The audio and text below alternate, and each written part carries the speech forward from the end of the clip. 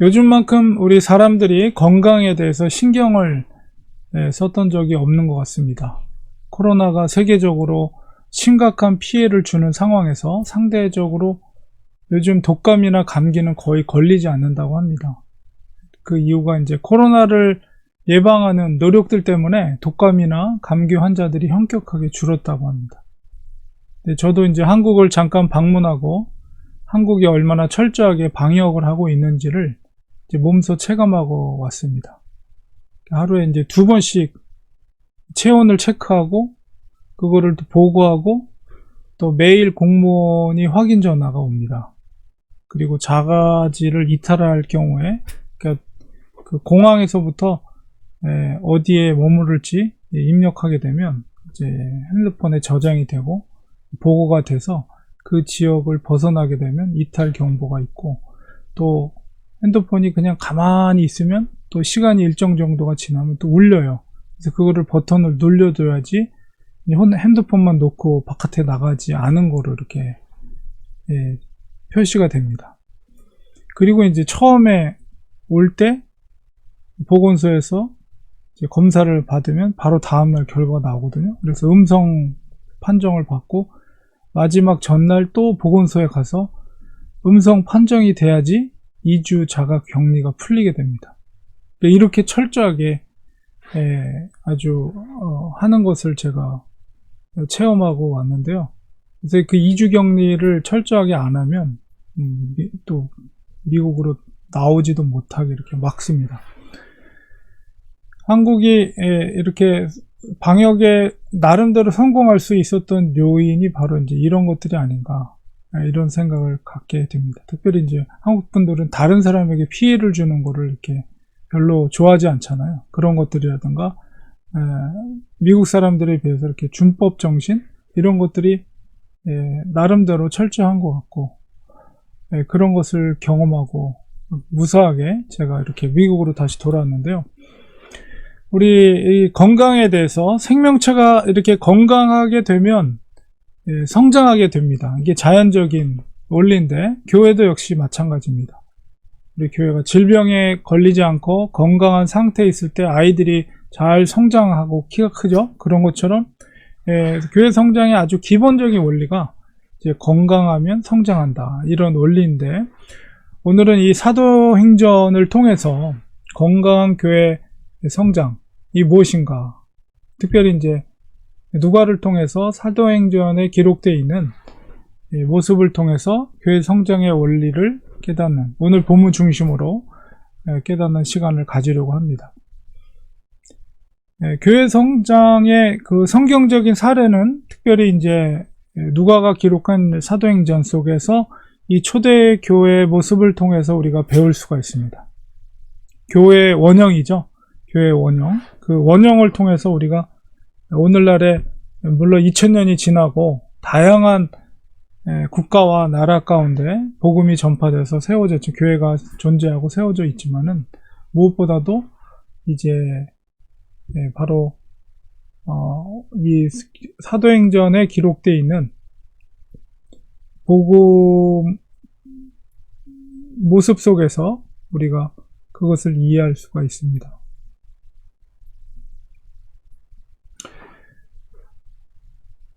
물론 초대교회 그 성장의 원리가 이 사도행전에 여러 가지 원리들이 있지만요, 오늘 본문을 중심으로 해서 몇 가지 정도를 찾아보려고 하는데요.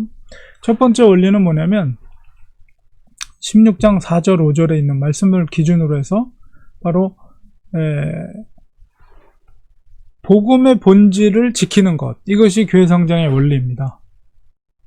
16장 4절 5절 보면 여러 성으로 다녀갈 때에 예루살렘에 있는 사도와 장로들이 작정한 규례를 그들에게 주어 지키겠다, 이렇게 기록되어 있습니다. 이 결정된 규례가 무엇일까요? 그것은 바로 예루살렘 공의회, 이제 15장에 기록되어 있죠. 예루살렘 공의회를 통해서 사도들과 종교 지도자들이, 기독교 지도자들이 합의해서 결정된 사항입니다. 이제 사도행전 15장을 읽어보면 공회에서 왜 무엇이 결정됐는가, 그리고 예루살렘 공회가 왜 모이게 됐는가, 이제 그런 것들이 기록이 되어 있는데, 특별히 이제 바울과 바나바가 안디옥 교회를 사역하고 있었고, 그 교회를 대표로 해서 예루살렘 공회에 참석을 하게 됩니다. 근데 그 의제가, 가장 중요한 의제가 뭐냐면 바로 성도들에게 할례를 행하는 문제. 특별히 이제 이 안디옥 교회, 예루살렘 출신의 교사들이 있었는데, 그들이 와서 이 안디옥 교회는 이방인 중심의 교회였기 때문에 대부분이 할례를 행하지 않았죠. 근데 그들에게 할례를 요구하는 거예요. 근데 사실 이방인들에게 할례라는 것은 쉬운 문제가 아니었습니다. 근데 이것이 문제가 된 거예요, 교회에. 그리고 이것은 앞으로 이제 이방인 선교와 교회가 개척하는 데 있어서 이거는 굉장히 중요한 문제가 될 수 있기 때문에 바로 지도자들이 예루살렘에 모여서 이 문제에 대해서 이제 회의를 하기 시작됐습니다. 그리고 결국 공의회에서 결정된 바는 뭐냐? 이방인 출신 성도들에게 할례를 강요해서는 안 된다고 결정이 되었어요. 그리고 대신에 우상의 제물이라든가 그 다음에 피, 그리고 목매어 죽인 것을 좀 멀리하라. 그것을 먹지 말고 그 다음에 음행을 멀리할 것을 요청했습니다.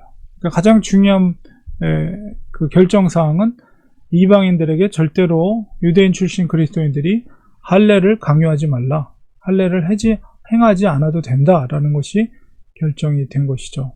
그래서 바로 이 합의된 결정을 바로 여러 성으로 다닌다는 것은 지금 이제 사도 바울이 2차 전도 여행을 하면서 헬라인들 중심의 교회를 세우고 그 교회의 그 사람들에게 바로 그 결정된 사항들을 가르쳐서 지키게 했다는 것입니다. 그러니까 결과적으로 5절에 보니까 이 여러 교회는 대부분 헬라인들, 이방인 중심의 교회를 말해요. 그래서 믿음이 더 굳건해지고 수가 날마다 늘어가니라. 그러니까 바로 교회가 성장이 일어나게 된 것입니다. 예루살렘 공의의 이 결정과 그것의 시행이 왜 이방인 교회의 성장을 촉발시킨 것일까요? 우리가 이걸 생각해 볼 때 바로 그것은 전통 혹은 인습과 그 다음에 복음을 공의회를 통해서 분명하게 선을 그어 주었기 때문입니다.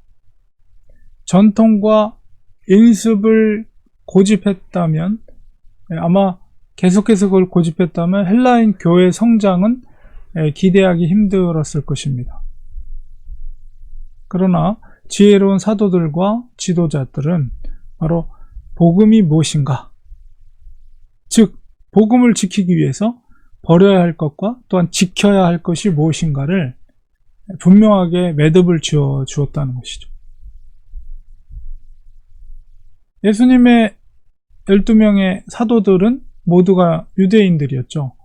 그들이 아브라함의 후손이라는 선민의식과 또 그 증표로서 할례를 계속해서 고집했다면 아마 교회 성장은 활발하게 이루어지지 않았을 것입니다. 예수님을 통해서 새로운 계명이 주어졌고, 그것은 전통과 인습을 뛰어넘는 복음의 원리인 것입니다.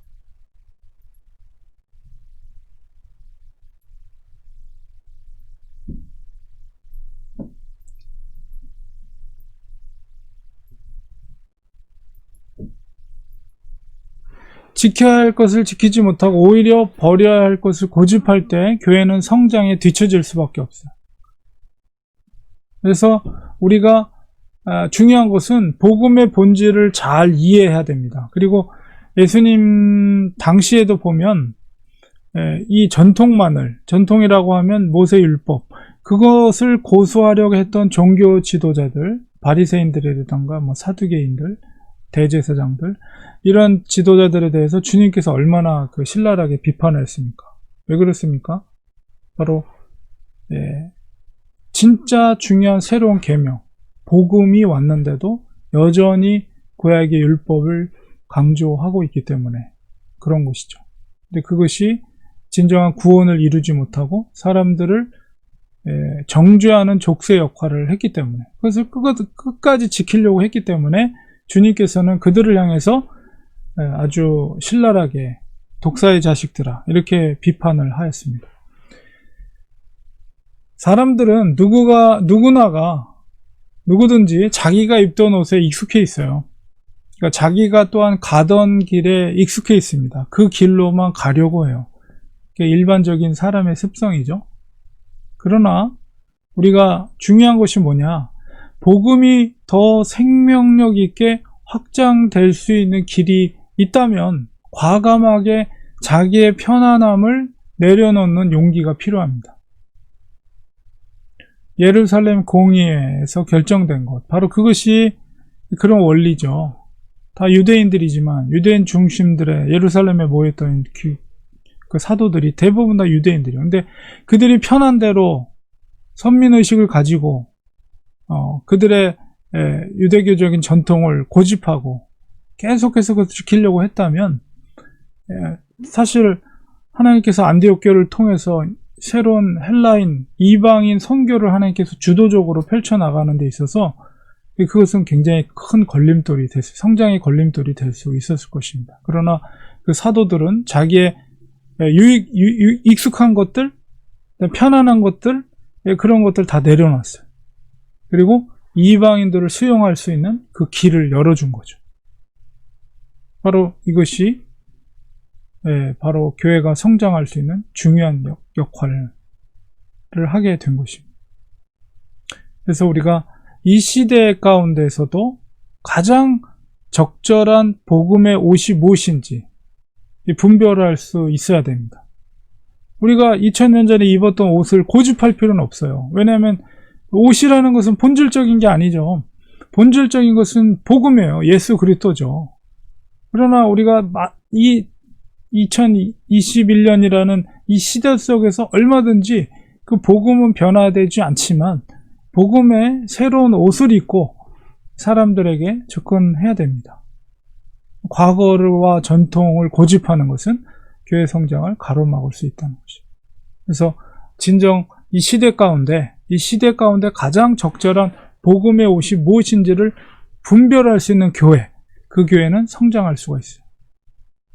그러면서도 복음의 본질을 지키는 것이 중요합니다. 그렇죠. 복음의 본질이 왜곡돼서는 안 돼요. 그러나 복음의 본질을 지키면서 그 복음에 나타나는 옷은 얼마든지 새로운 시대 속에서 새로운 옷을 갈아입어야 된다는 것입니다. 이것이 바로 첫 번째 오늘 본문 속에서 교회 성장의 원리라고 볼 수가 있습니다. 바로 복음을 지키는 것, 복음의 핵심을 지키는 것. 두 번째는 우리 6절에서 10절까지 말씀 속에서 두 번째 교회 성장의 원리는 바로 복음의 길에 대해서 성령님의 인도하심을 받아야 된다는 것이에요. 바울은 나름대로 선교 여정의 어떤 계획을 세웠겠죠. 아무 계획 없이 이렇게 떠나지 않고 분명한 어떤 계획, 어떤 방향, 어떤 길, 이런 것들을 계획했습니다. 사도 바울의 그런 계획 가운데 누가 반대할 수 있겠어요? 사도 바울이 걷는 그 길은 바울의 희생을 담보하는 길입니다. 자기의 개인적 유익을 위한 길이 아니죠. 선교적인 여행이라는 것이. 그렇기 때문에 누가 바울의 그 계획을 가로막을 수 있겠어요? 그런데 오늘 본문 속에 보면 바로 6절 7절에 보면 그런 바울의 여정에 제동을 거시는 분이 계십니다. 누구십니까? 바로 7절에 보니까 예수의 영이 허락하지 아니하였다, 이렇게 말하고 있어요. 너무나도 놀라운 일이죠. 그래서 바울의 원래 계획은, 선교적인 계획은 우리 지도를 살펴보면 안디옥에서 출발해서 지금 2차 전도 여행을 가는 건데, 루스드라를 거쳐서 이제 원래는 여기 에베소, 여기를 소아시아라고 그러죠. 오늘날의 터키 지역인데 7교회가 중심적으로 있었던 교회 지역. 그래서 이 루스드라, 비스디아에서 사실은 이 소아시아로 가려고 그랬어요. 그런데 예수님의 영이 그것을 가로막았다. 그래서 결국은 부르기아 지방, 저 북쪽 지방으로 해서 북쪽 갈라디아 지방으로 해서 무시아까지 이루고, 무시아에서 또 바울의 계획은 저 흑해 쪽인 비두니아 쪽으로 올라가려고 했어요. 이렇게 해서 저 원래는 루스드라에서 이 소아시아 쪽 7교회 쪽으로 오려고 그랬는데 예수님의 영이 그걸 가로막았단 말이에요. 그래서 저쪽 북쪽으로 가서 무시아에서 비두니아, 저 북쪽 북흑해 쪽으로 가려고 했는데 그것도 역시 예수의 영이 허락하지 않았다. 7절에 보면 비두니아로 가고자 애썼다 이렇게 표현되어 있거든요. 그러니까는 무시아에서 저 흑해 쪽으로 가기 위해서 여러 가지 계획과 노력들을 했던 것 같아요. 근데 그것에 대해서 예수의 영이 허락하지 아니했다 이렇게 말하고 있습니다. 여기서 우리가 깨닫는 것은 우선적으로 바울의 가려고 하는 길과 하나님의 뜻과 다르다는 것을 알 수가 있죠. 그러니까 오늘날도 마찬가지입니다. 우리가 가는 길과 하나님께서 원하는 길이 다를 수 있다는 교훈을 우리는 깨달아야 돼요. 먼저 아무리 그 선택이 우리의 계획이 선교적인 열망, 사도 바울이 사사로이 가려고 한 것이 아니잖아요. 선교적인 열망을 가지고 한 계획이라 할지라도 하나님이 그것을 원하지 않을 수가 있다는 것이죠.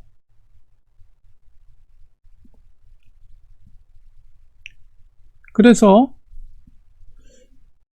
바울의 입장에서는 어떤 면에서는 굉장히 허탈할 수도 있었을 거예요. 왜냐하면 자기가 계획하고 준비하고 뭔가 떠나려고 했는데 그것이 뜻대로 되지 않았으니까 당장에는 좀 허탈감? 이게 뭐지? 이런 생각도 들었을 거라는 생각이 들어요. 그렇지만 그렇다고 해서 이 전도자가 바울이 자기의 가는 길을 고집하지는 않았죠. 그래서 성령님이 주신, 예수님의 영이라는 건 성령님이 주시는 건데 성령님의 주시는 그 마음을 이제 받아들였을 것입니다. 인정하고 그리고 그 성령님의 인도하심을 순종했죠. 자, 근데 우리가 예수님의 영이 허락하지 않았다는 것을 바울이 어떻게 깨달았을까 이런 생각을 해봤어요. 아마도 그것은 어떤 상황적인 어떤 막힘일 수도 있지만 1차적으로는 영적으로 하나님께서 응답을 주시지 않았는가 이런 생각이 듭니다. 그래서 그 응답에 바울은 순종을 합니다. 그리고 그 순종함을 통해서 하나님께서는 새로운 환상을 통해서 하나님의 분명한 뜻으로 이 새로운 길을 여시는 것을 오늘 본문 속에서 볼 수가 있습니다. 우리가 9절에 보니까 이제 예수님의 영이 허락하시지 않는 것을 깨닫고 무시아를 지나서 드로아로 내려가고 밤에 드로아에서 환상 중에 이제 마게도냐 사람이 뒤에 있는 그림이 이제 이 마게도냐에서 부르는 그 장면이거든요. 이게 아마 루디아 기념교회 한쪽 벽에 그려져 있는 그림일 거예요. 지금 현재 그 어떤 마게도냐 사람, 그 필리포 성은 주로 이제 로마 시민권을 갖고 있는 사람들이 많았기 때문에 아마도 마게도냐 사람으로 로마 군인으로 이렇게 이미지가 그려져 있어요. 그래서 바울을 환상 가운데 부르는 장면, 우리를 도우라 하는 환상을 보게 되죠. 그러니까 하나님께서 그 하나님의 인도하심, 예수님의 영인 성령께서 인도하심에 대해서 환상을 보여주시고 새로운 길, 그리고 하나님의 뜻이 무엇인가를 알게 하신다는 것. 이것을 통해서 우리가 깨닫는 것은 바로 이 시대 가운데서도 우리가 교회 성장의 주체가 누구냐? 사도 바울이 아니고요. 교회도 아니에요. 그 주체가 누구냐? 바로 하나님 되신다는 것을 우리는 인정해야 됩니다. 하나님이 교회 성장을 이루시고 원하시고 이끌어 가신다는 거예요. 우리는 그냥 도구로 쓰임받는 거예요. 사도 바울도 도구로 쓰임받은 것이지 사도 바울 자체가 교회 성장의 주체가 아니라는 것입니다. 그러니까 사도 바울의 생각이, 또 우리의 생각이, 교회의 생각과 하나님의 뜻이 다를 수 있다는 것이죠. 그렇기 때문에 우리는 성령님의 음성에 민감해야 합니다. 그리고 분별력을 가져야 됩니다. 무엇이 하나님의 뜻인지를 분명하게 깨달을 수 있는 영적 상태를 유지해야 돼요. 그래야지 우리가 하나님의 음성을 듣고 때로는 나의 의지를 꺾어버리는 거죠. 내가 가고자 하는 길을 꺾어버리고 하나님의 뜻대로 순종해야 돼요. 그 민감성을 가지고. 그리고 또한 그것이 영적으로 민감하게 반응하되 분명한 하나님의 뜻이라고 깨달아졌을 때는 그 뜻에 순종해야 됩니다. 목회자 개인에게도 성령님께서는 가로막을 수 있어요. 길에 대해서, 어떤 길을 가는 것에 있어서. 그리고 교회 공동체를 향해서도 하나님이 그렇게 할 수 있습니다. 오늘 본문 속에서 그것을 깨달아야 돼요. 우리가 그런 상황을 만나게 될 때 오늘 본문이 우리에게 큰 교훈이 될 수 있습니다. 아무리 그것이 옳은 것이라고 목회자가 생각하고 또 교회 공동체가 생각하더라도 하나님께서 절대로 허락하지 않을 수도 있다는 것입니다. 우리는 그것에 대해서 다 이해할 수 없어요. 바울이 그것을 이해할 수 있었겠어요? 그 상황을 당황스럽지만 이해할 수 없어요. 오늘날도 마찬가지. 만약에 그런 경우가 생겼을 때 우리가 다 이해하지 못해도 우리는 그 길을 순종해야 됩니다. 그렇게 순종할 때 하나님은 다른 하나님의 뜻을 발견하게 하고요. 또 하나님께서 하나님의 뜻을 나중에 깨닫게 하게 하실 수도 있다는 거예요. 그러니까 중요한 것은 바로 교회 성장을 위해서는 바로 성령님의 인도함에 대해서 우리는 깨달아야 될 것이며 거기에 철저하게 순종하는 것이 필요하다는 것을 깨닫게 됩니다. 이게 바로 두 번째 교회 성장의 원리입니다. 바로 선교의 주체가 누구라고요? 교회 성장의 주체가 하나님이 되신다는 것을 인정하는 태도예요. 이것이. 그러니까 우리가 이해하지 못해도, 우리 개인적으로 목회자가 이해하지 못해도, 혹은 교회 공동체가 이해하지 못해도 성령님의 주시는 뜻대로 순종하는 것이 올바른 태도라는 거예요. 왜냐하면 선교의 주체는 하나님이시기 때문에. 그러니까 우리가 큰 그림 속에서 볼 때 교회의 사명은 선교입니다. 그러니까 성도들, 그리스도인들의 사명은 선교적인 사명이 있는 거예요. 선교적인 삶을 사는 거예요. 교회가 해야 될 일이 그거거든요. 근데 선교의 주체는 뭐냐라고 했을 때 교회가 아니라는 거예요. 목회자가 아니고 바로 하나님이시다. 그러므로 성령님께서 주시는 마음대로, 머리 대신 그리스도의 영이 주시는 뜻대로 순종하는 것이 교회의 역할이며 목회자의 역할이다. 이것이 바로 교회 성장의 원리입니다. 그래서 10절에 보면 바울이 그 환상을 보았을 때 우리가 곧 마게도냐로 떠나기를 힘쓰니 이는 하나님이 저 사람들에게 복음을 전하려고 우리를 부르신 줄로 인정함이로라.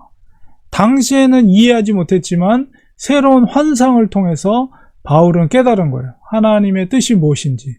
바로 저 마게도냐로 건너가는 것이 하나님이 원하시는 뜻이라는 것을 분명하게 깨닫고 바울은 인정하게 된 것이죠.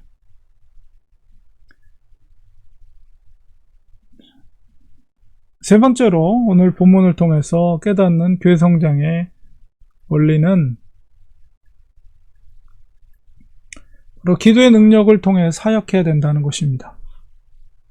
이제 분명한 비전을 보여주셨고 그 비전을 향해서 이제 11절, 12절에는 아주 속도를 내서 드로아에서 바로 사모드라게 배를 타고 직행하고 거기서 육지 내륙으로 들어가는 네아폴리스라고 그러죠. 네아폴리로 가고 거기서 빌립보에 들어가서 드디어 마게도니아, 그러니까 오늘날 치면 유럽의 첫 성인 빌립보에 도착하게 되었습니다. 여기서 이제 사역이 시작된 거예요. 새로운 하나님의 비전과 환상 속에서 사역이 시작되는데 13절에 보니까 안식일에 우리가 기도할 곳이 있을까요? 문 밖 강가에 나갔다. 이렇게 표현되어 있죠. 바울의 선교 전략의 특징 중에 하나는 뭐냐면, 많은 사람들이 왕래하고 있는 거점 도시를 선정합니다. 그러니까 사도 바울이 아무 도시나 막 간 게 아니고요. 그 지역에서 교통의 요충지라고 할 수 있는 곳. 교통의 요충지라고 하면은 거기에는 동서남북으로 육로로든 백길로든 많은 사람들이 왕래하는 것. 그러니까 물고기 많은 곳에 그물을 내리는 것처럼 바울이 아무 생각 없이 막 도시를 돌아다니는 게 아니고요. 아주 중요한 그런 거점 도시를 타겟으로 삼고 바울은 도시에 입성을 하게 되는 거예요.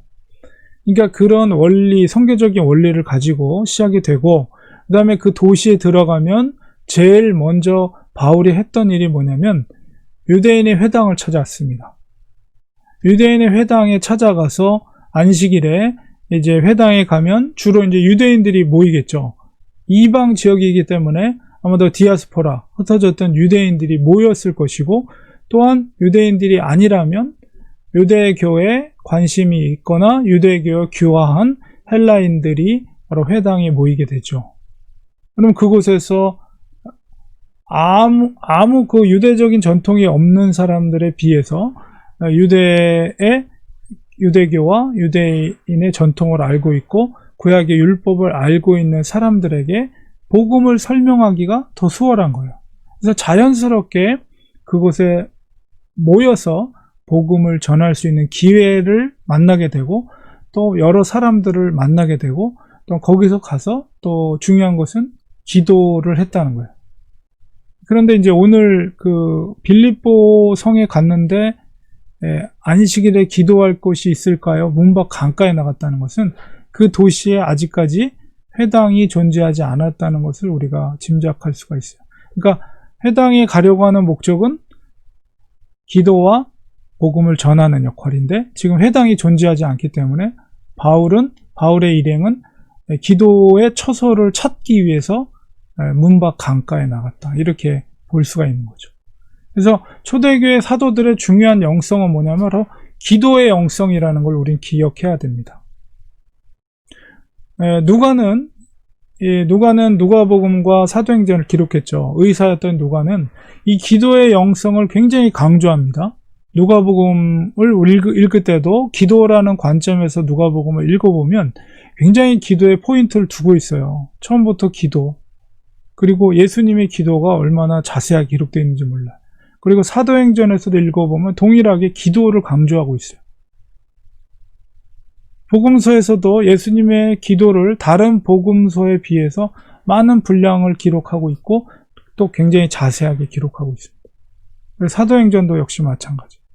성령 강림의 사건이 언제 강림했습니까? 제자들이 마가의 다락방에 모여서 기도할 때, 그리고 베드로와 요한이 성전 미문에 기도하러 올라갈 때 그 안진뱅이를 치유하는 그 기록이 있죠.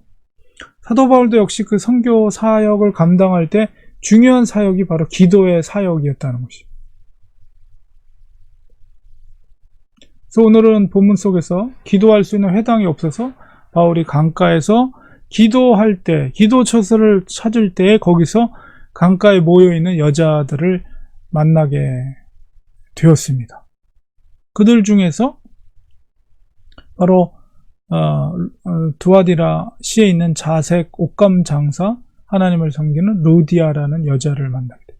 그 여인을 만나게 됨으로 인해서 빌립보 교회가 개척이 된 거예요. 그러니까 바로 루디아의 집을 예배 처소로 해서 이제 빌립보 교회가 세워지게 된 것입니다. 이렇게 기도는 전도의 문을 열게 하는 아주 중요한 역할을 했고, 또 기도는 일꾼을 만나게 합니다. 그리고 기도를 통해서 말씀이 더욱더 강력하게 선포됩니다. 기도를 통해 믿음의 문이 열립니다. 루디아라는 한 여자가 말을 듣고, 이거 뭐야, 하나님의 말씀을 듣고 기도를 통해서 그 마음 문이 열리게 되고 마음을 열어 바울의 말을 따르게 하신지라. 이 기도의 능력이에요. 이렇게 기도를 할 때 교회가 개척이 됩니다. 기도를 할 때 교회가 세워지는 거예요.